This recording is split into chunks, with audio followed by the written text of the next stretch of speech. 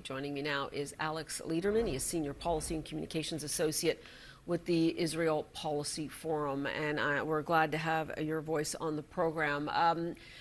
I know you followed this for a very long time, but obviously it means a lot more in the last few weeks. Israel, of course, has suffered unspeakable atrocities. They are fighting back at this hour, but you argue that this settler violence in the West Bank threatens the integrity of Israel's democracy and its security. Why? Thanks so much, Paula, for having me. What we've seen over the course of the past more than 3 weeks now since the Hamas massacre that occurred on October 7th is a concerning rise of attacks carried out by extremist settlers in the West Bank targeting Palestinian civilians. And this has taken several forms, including damaging property, vandalization, burning of houses, and destruction of agricultural fields, as well as threats directed at Palestinians, particularly Palestinian herder communities, shepherd communities in the West Bank, encouraging them to or driving them to flee their homes under the threat of violence. There have been 7 Palestinians who have actually been killed as a result of settler violence since the massacre carried out by Hamas on October 7th.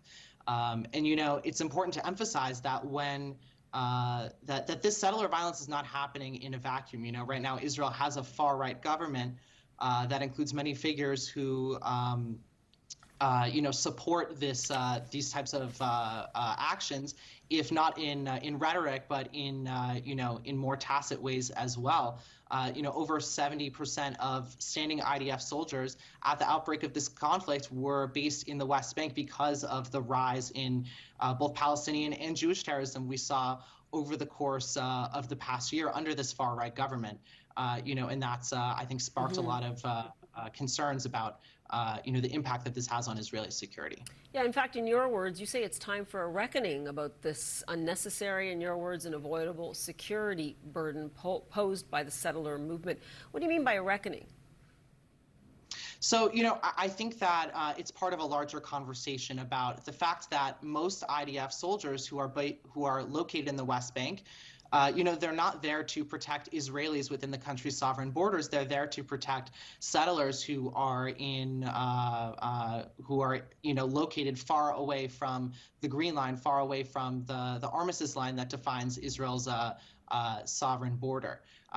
This is a minority of settlers. They're primarily deep in the West Bank. These are settlers who are more ideologically extreme, many of them living in illegal outposts.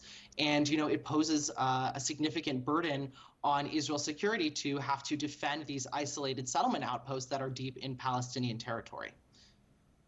And again, you point to the problem within Israeli politics, as you put it. It is incredibly polarized. It was before this happened. I understand, obviously, the country is unified now, unified as a sense of defense. But the judicial reform, everything that went previously, do you believe that could still, again, endanger Israeli unity, especially given what is going on, the complex situation in places like the West Bank?